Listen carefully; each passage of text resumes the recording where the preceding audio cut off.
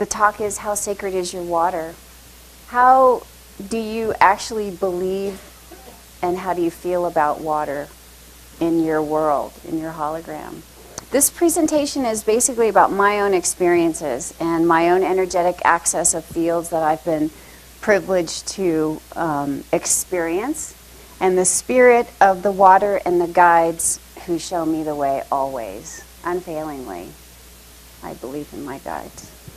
I think this photo of the hands with the water splashing all around is how I feel. It's fresh and it's coming in, and it's the magnificence of the spirit of the water splashing in your hands. Water's spiritually cleansing powers is given at a central place in the practices and beliefs of many religious rituals. I'm sure you're all aware of that. One's connectedness and belief and faith in the healing power of water can alter it and create a chemical, physiological, and psychological reaction. This is a definition of sacred that was given to me in a private meditation.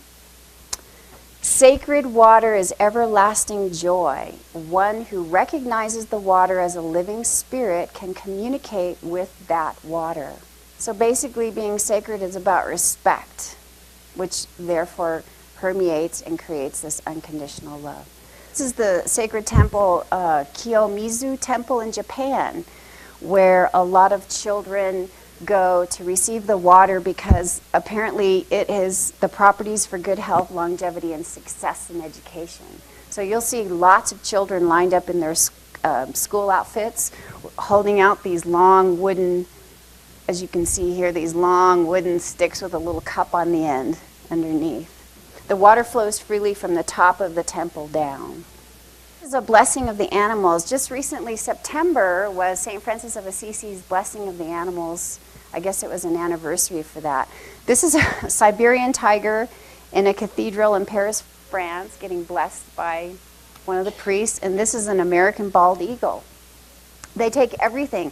I had a picture of a donkey going up cathedral steps in New York, and out coming a llama or a camel. It's pretty funny. All kinds of pets. Babaji, there's a picture of Babaji, transforms food to water. This is the Hindu belief. He is a ascended master, and the quote is, "My guru pointed to the bowl before me, and lo, the food had vanished, and in its place was water, clear as from a mountain stream." One of his disciples was sitting with him in a cave, and the Babaji had filled the bowl with food, and then the disciple became thirsty, and he just thought it, and lo and behold, Babaji changed and emptied the bowl and filled it with fresh water. And that's a quote from Autobiography of a Yogi. And this is a quote from Fourth Uncle in the Mountain, which is a really magnificent book. I highly recommend you get it. It's an itinerant monk's travels through Vietnam during the French-American Wars and how he survived. And he studied with a man in the mountain. Fourth Uncle told him that he could treat any sickness with water. And he did. Amma, the hugging saint, Mata Amritananda Mai, is a woman who hugs people. She travels around the United States, all over the world. She blesses water. I believe she's an incarnate divinity walking around in human form, as we all are, but she knows it. You know those little bugs? So those little bugs are somehow able to, the surface tension of the water, like the leaf, they're able to sit on top of it and not agitate it. So they skim across it. And we all know about Jesus walking on water. So what do you think? Do you think he changed the surface tension of the water to hold his system? Or do you think he got lighter to adjust to the surface tension? And when you add soap to water, by the way, it lowers the surface tension. You can wash everything in cold water if you use soap. In hot water, you wouldn't need soap because the surface tension lowers when the water gets hotter. Less soap. Okay. As humans, we have the ability to expand and contract our aura. So let's say you're going to the market, you might want to pull it in a little bit. Unless you're comfortable with leaving it out that wide and you're able to move easily and effortlessly through the world with that extreme. When I energize water, and I've had independent dowsers check this for me that are here at this conference that I have high regard for, 19 feet. Feet, not inches, feet. How do you do this? How do you make the imprint really powerful? So you have to fine-tune your ability to have a two-way talk with the water.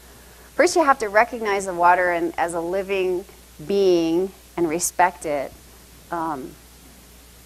Then you have to be clear enough in yourself to put the frequency into the water. So what does that mean? So that means you have to have spiritual fitness, whatever it takes for you to be a clean, clear, pure vessel to imprint, so that whatever's going out of you is like a laser. It's focused and it goes right in. If there's any, if the levels of integrity are very low for the manufacturer, the bottler, the labeler, it will influence the water. So that by the time you get it, it's not what you started with. A colleague of mine calls that greed in the water. At any time, if greed enters the water, you have a problem with that. That's why respect, love, joy, right? There won't be any room for anything else if you've got other things swimming around in there. I would suggest that you get into the rapport with the water either through a photograph, or you physically sit in front of a fountain, a waterfall, a pond, a pool, a bowl of water, and talk to it. Sit down and have a dialogue. Get into your dowsing mode or your meditative mode and just sit down. The spirit of the water is magnificent. And it's just waiting for you. It's here to help you. Invite the spirit of the water to help you. I promise it will. Every time. Water imprinted with a positive intent prayer mantra is, by the way, it's just a frequency, can help to release disharmonies in physical, mental, emotional at the spirit level. I absolutely, with every fiber of my being, believe that. And I've experienced it with my clients who I have made custom water for based on whatever it is their needs are. Mama's water, the blessed, the saint, the hugging saint, she does bless water. And the levels of her water are so high that I aspire to be that. She's filled with so much unconditional love that her one little vial like this is amazing. Amazing water. I mean, huge, big, like energy level out the door and down the street and down the block, and energy field, yeah, enormous. So I look at her water and I say, okay, the more unconditional love I have, the clearer I am. That's a goal for me to go towards.